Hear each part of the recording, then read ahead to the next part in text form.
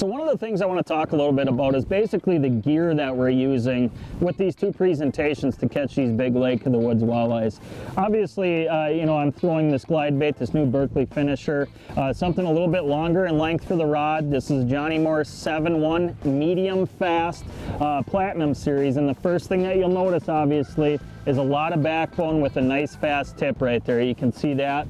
Very important that when you have a bait like this dancing around, because a lot of times they're eating it on slack line, that you have a lot of backbone in that rod to get the hooks into the fish. Once in a while Brett's been throwing the Finisher, they're also catching them on just simply a jig and a full night crawler, light jig, 1/4 ounce jig, even though we're fishing deep. So with those rod setups, a little bit shorter, a little bit lighter, medium light action, because basically we want a presentation that's super subtle for these fish, so when that jig hits the bottom, they're barely just moving it and letting that fish pick it up.